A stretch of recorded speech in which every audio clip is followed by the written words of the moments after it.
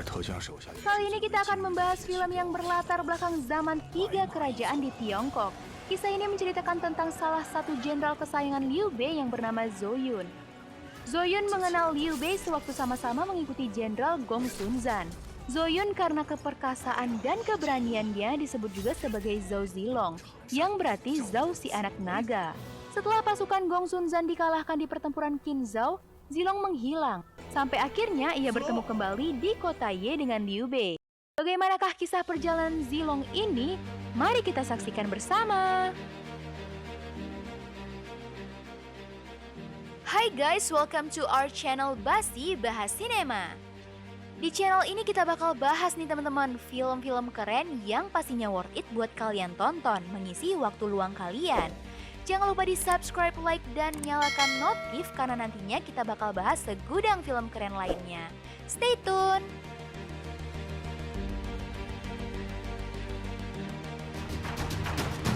Seorang gadis muda masuk ke sebuah rumah kosong. Dia terlihat seperti mencari seseorang. Tiba-tiba dia menginjak sebuah jebakan. Akibatnya dia diserang oleh senjata-senjata rahasia yang dipasang di rumah itu.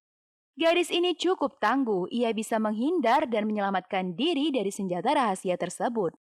Dia berteriak memanggil si empunya rumah sebagai Zhao Yuan. Ketika sedang mencari Zhao Yuan, gadis itu terperangkap oleh seutas tali yang menjerat kakinya. Dalam keadaan tergantung dengan posisi kepala di bawah, ia tetap berteriak dan memaki Zhao Yuan. Akhirnya orang yang dipanggilnya pun muncul. Zhao Yuan atau Zilong ternyata mengenal si gadis ini sebagai Xiao Fan. Zilong menurunkan Xiao Fan dan mengikatnya pada sebuah tiang di rumah itu. Xiao Fan bertanya mengapa Zilong menjalani kehidupan sebagai tukang kayu, padahal seharusnya ia bisa hidup lebih layak. Xiao Fan pun melanjutkan bahwa dari ribuan pasukan kuda putih, sekarang hanya tersisa 6 orang saja. Ternyata Xiao Fan dan Zilong adalah bekas pasukan kuda putih yang merupakan pasukan utama Jenderal Gong Sun Zan sewaktu peperangan di Qingzhou. Xiao Fan mengajak Zilong untuk bergabung dengan 5 rekannya yang lain dan menegakkan keadilan dalam suasana yang sedang kacau di dataran Cina saat itu. Zilong mengatakan bahwa ia bertanggung jawab kepada kakaknya untuk membesarkan keponakannya yang bernama Liang Er. Tiba-tiba Liang Er muncul dan memberitahu Zilong bahwa ada banyak prajurit yang sedang menuju ke sana. Zilong keluar untuk menemui mereka. Seorang prajurit mengatakan bahwa ia sedang mencari buronan pemerintah. Dia memperlihatkan sebuah kertas yang ternyata berisi lukisan wajah Xiao Fan. Prajurit itu mendapat informasi bahwa Xiao Fan terlihat berada di Changshan, desa di mana Zilong menetap sekarang ini. Tapi Zilong mengatakan bahwa ia tidak pernah melihat gadis yang ada di lukisan itu. Si prajurit sepertinya tidak percaya. Dia bertanya kepada Liang Er. Liang Er menjadi gugup dan takut karena dia tahu Xiao Fan berada di dalam rumah ini. Zilong langsung memotong pertanyaan si prajurit dan mengatakan jika dia melihat perempuan itu, dia akan melaporkannya kepada prajurit kerajaan. Prajurit itu semakin curiga. Ia menyerang Zilong dengan belatinya, tetapi dengan mudah Zilong menangkis serangan itu. Seorang kakek berteriak menyuruh Zilong menyerahkan Xiao Fan karena banyak yang melihat Xiao Fan masuk ke rumah Zilong. Akan tetapi karena takut melihat kehebatan Zilong, prajurit tadi malah mengatakan itu hanya kesalahpahaman saja. Ia meminta maaf kepada Zilong lalu pergi dari situ. Zilong yang sudah memperlihatkan kemampuannya merasa bahwa prajurit itu akan datang dengan jumlah yang lebih banyak. Ia segera mengajak Liang Er berkemas untuk meninggalkan desa Changshan. Sementara itu di kediaman pejabat daerah, si prajurit tadi melapor. Ia sudah menyelidiki bahwa Zilong dan Xiao Fan adalah bekas anak buah Jenderal Gong Sun Zan. Pada malam harinya, Zilong melarikan diri bersama Xiao Fan dan Liang Er melalui hutan. Di tengah perjalanan, mereka diserang dengan panah. Zilong menangkis panah-panah itu, akan tetapi satu panah mengenai Liang Er. Liang Er yang perutnya tertembus panah akhirnya tidak bisa bertahan. Zilong sedih sekali dengan kematian keponakannya. Kemudian muncul sekelompok tentara mengepung mereka. Pemimpinnya memperkenalkan diri sebagai Xiao Huan. Xiao Huan menantang Zilong untuk bertarung. Zilong yang marah dengan kematian Liang Er pun menyerang Xiao Huan dengan ganas. Tombak Zilong menderu-deru menyerang Xiao Huan yang bersenjatakan pedang. Pada suatu ketika Zilong berhasil memukul pedang Xiao Huan dengan tombaknya hingga terlepas. Tetapi Xiao Huan masih memiliki sebilah pedang pusaka. Xiao Huan balas menyerang dan ia berhasil mematahkan tombak Zilong dengan pedangnya. Zilong yang terkejut melihat tombaknya patah tidak siap menerima serangan Xiao Huan. Xiao Huan mengalahkan Zilong. Ia mendorong Zilong ke sebuah jurang, kemudian menangkap Siofan dan membawanya. Ternyata Zilong tidak mati. Ia ditemukan dan ditolong oleh seorang kakek dan pelayannya. Ketika sadar, Zilong ingat dengan Siofan dan Liang Er. Ia meronta turun dari kereta si kakek. Tetapi karena tubuhnya masih lemah, ia terjatuh. Zilong berkata bahwa ia harus kembali ke Changsan. Tapi si kakek menceritakan kalau desa Changsan sudah habis terbakar. Si kakek membawa Zilong ke kota Xingye. Zilong dibawa ke sebuah klinik untuk mengobati lukanya. Di klinik itu banyak prajurit yang terluka. Mereka adalah prajurit Jenderal Liu Xuande atau yang dikenal juga sebagai Liu Bei. Ketika si kakek melihat Liu Bei berada di sana, ia pun datang menemuinya. Ia bermaksud memperkenalkan Zilong, tapi ternyata Zilong sudah pergi. Liu Bei yang mendengar ciri-ciri Zilong dari si kakek pun segera mencarinya. Akhirnya mereka pun bertemu. Liu Bei menanyakan mengapa Zilong menghindarinya.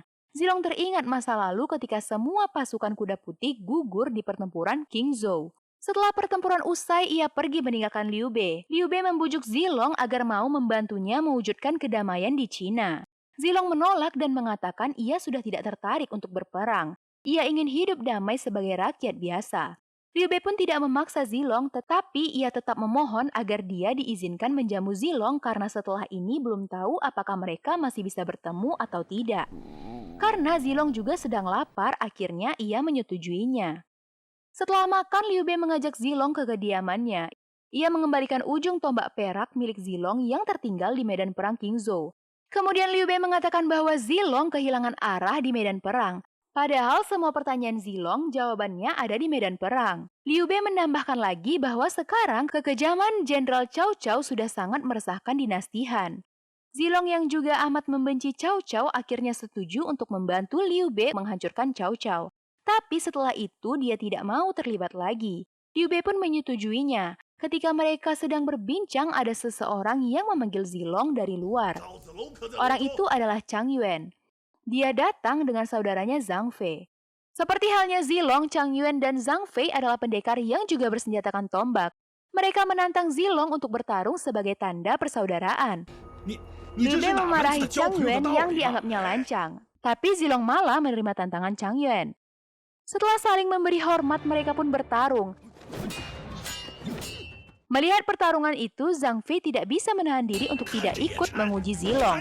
Ia pun melibatkan diri dalam pertarungan. Terjadilah pertarungan 2 lawan 1, tapi Zilong memang lebih mumpuni. Ia bisa mengimbangi kedua lawannya dengan mudah.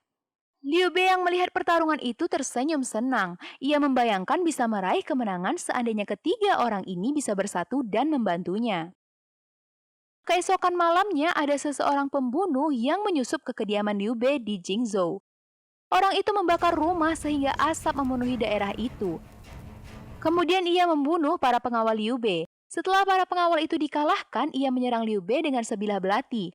Dalam keadaan genting itu Zilong muncul. Zilong langsung menghadapi si pembunuh. Mereka bertarung dengan sengit. Pada suatu kesempatan, Zilong berhasil menendang topi caping si pembunuh sehingga mereka bisa melihat wajahnya. Zilong terkejut melihat bekas luka di leher si pembunuh. Ternyata si pembunuh itu adalah Giao Miao, bekas anak buah Zilong di pasukan kuda putih. Luka itu didapatkan ketika dia menyelamatkan Zilong pada sebuah pertempuran. Akibat luka itu, ia menjadi bisu dan tidak bisa berbicara lagi. Setelah berhasil meringkus Giao Miao, Zilong memohon kepada Liu Bei untuk mengampuni Giao Miao. Karena ia pernah menyelamatkan Zilong hingga dia terluka dan menjadi bisu. Akhirnya Liu Bei menyerahkan Giao Miao kepada Zilong. Zilong pun meminta Giao Miao untuk membawanya menemui bekas pasukan kuda putih yang masih tersisa. Giao Miao membawa Zilong ke sebuah hutan. Di sana sudah menunggu Liang Han dan beberapa orang lainnya. Liang Han memperlihatkan sebuah kotak kayu. Ketika membuka kotak itu, Zilong terkejut. Ternyata isinya adalah kepala Siofan. Zilong amat sedih dan menangis. Liang Han pun pergi meninggalkan Zilong yang masih bersedih atas kematian Siofan. Pada tahun ke-13 Jian, Liu Bei memimpin orang-orangnya menuju Jingzhou. Pada malam harinya, Liu Bei didatangi oleh pengungsi dari kota Fan yang sudah ditaklukkan Cao Cao. Orang-orang itu meminta perlindungan Liu Bei, tapi salah seorang jenderal Liu Bei menolak dan mengatakan bahwa mereka hanya akan jadi beban dalam perjuangan Liu Bei. Akan tetapi Liu Bei mengatakan bahwa dalam kondisi sama-sama susah mereka harus saling mendukung. Dengan semangat yang kuat, Liu Bei yakin akan bisa mewujudkan pemerintahan yang adil. Liu Bei pun menerima para pengungsi itu untuk bergabung. Keesokan harinya rombongan itu melanjutkan perjalanannya. Di tengah perjalanan tiba-tiba mereka dihadang oleh pasukan Cao Cao. Liu Bei dan rombongannya dihujani dengan anak panah. Banyak korban dari masyarakat sipil yang mengikuti Liu Bei. Sementara Zhang Fei dan Yu Cheng memimpin pasukan untuk menghadapi pasukan Cao Cao tersebut. Ketika sedang bertarung, Liu Bei segera menuju ke kereta mereka untuk melindungi anak dan istrinya. Tapi alangkah terkejutnya Liu Bei karena ternyata mereka berdua tidak ada lagi di dalam kereta itu. Ia hendak mencarinya, tapi ia terus diserang oleh pasukan Cao Cao. Melihat itu, Zhang Fei segera menyuruh Zilong untuk menjaga Liu Bei. Zilong pun segera membawa Liu Bei keluar dari arena pertempuran. Setelah pertempuran usai, Liu Bei berniat mencari istri dan anaknya. Tapi para pengawalnya tidak setuju karena amat berbahaya. Di sekitar daerah itu masih berkeliaran pasukan Cao Cao yang mencari keberadaan Liu Bei.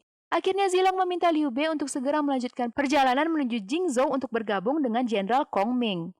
Zilong berjanji akan mencari anak dan istrinya Liu Bei. Liu Bei menyetujui usulan Zilong dan menyuruh Zilong untuk berhati-hati. Sementara itu di sebuah desa, istri Liu Bei pun ternyata terpisah dari bayinya. Ia berusaha mencari bayinya di reruntuhan desa. Ketika sedang mencari-cari, ternyata ia terlihat oleh pasukan Cao Cao.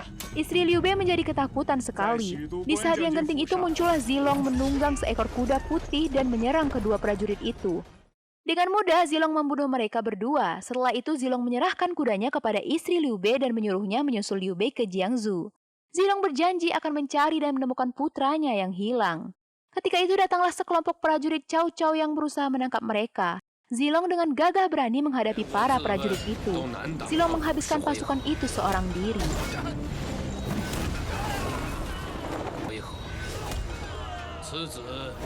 Pada malam harinya, Zilong sampai di sebuah rumah.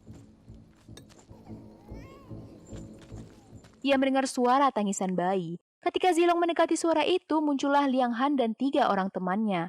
Ternyata Liang Han ditugaskan menangkap Zilong dengan imbalan kebebasan bagi mereka berlima. Zilong tidak memperdulikan Liang Han dan terus masuk ke dalam rumah. Dia menemukan bayi Liu Bei di sana. Zilong mengambil bayi itu dan berjalan keluar rumah. Tetapi ia dihadang oleh Liang Han.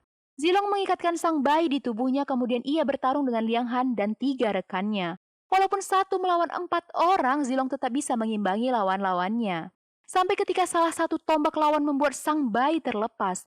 Tanpa menghiraukan keselamatannya, Zilong pun berusaha menangkap bayi itu. Akibatnya Zilong terlempar dan muntah darah. Dia terluka dalam, tapi sang bayi selamat. Liang Han mendatangi Zilong dan bertanya kenapa dia begitu setia kepada Liu Bei.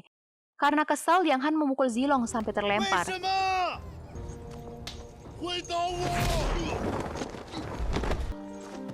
Zilong pun menjawab bahwa dia sudah lari dari banyak pertempuran, dan untuk pertarungannya kali ini dia tidak akan melarikan diri lagi. Dia mengambil tombaknya dan menyerang Liang Han sampai senjatanya terjatuh. Liang Han yang terperangah tidak siap ketika diserang, tapi Zilong menahan tombaknya beberapa inci dari kepala Liang Han. Anehnya, Liang Han malah tersenyum. Dia mengatakan jawaban inilah yang ia tunggu dari Zilong. Jika Zilong tidak akan melarikan diri lagi, maka mereka bersedia mengikuti Zilong. Akhirnya sisa-sisa pasukan kuda putih bersatu kembali. Keesokan paginya mereka melanjutkan perjalanan menuju pembatasan, karena Giao Miao menunggu di sana. Tetapi alangkah terkejutnya mereka ketika sampai di sana. Mereka melihat Giao Miao tergantung pada sebuah tiang gantungan. Sebelum kelima orang ini sempat menolong Giao Miao, sebuah panah pun menembus dadanya. Giao Miao pun tewas seketika. Ternyata mereka sudah terkepung oleh pasukan Cao Cao. Para prajurit itu muncul dari balik semak dan mengurung mereka berlima.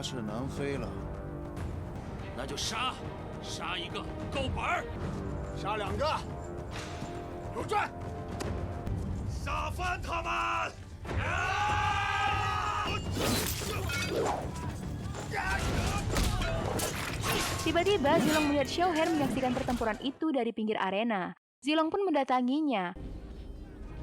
Akhirnya mereka pun bertarung. Keterampilan pedang Xiao Hen memang luar biasa. Namun jurus tombak Zilong juga tak kalah hebat. Mereka bertarung dengan sengit. Pada saat kesempatan, Zilong berhasil menendang Xiao Hen sampai terlempar, tapi Xiao Hen tidak terluka.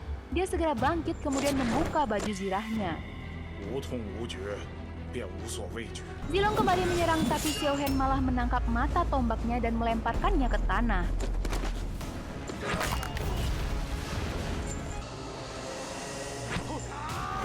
Pada suatu kesempatan, Xiao Hen memukul Zilong dengan keras.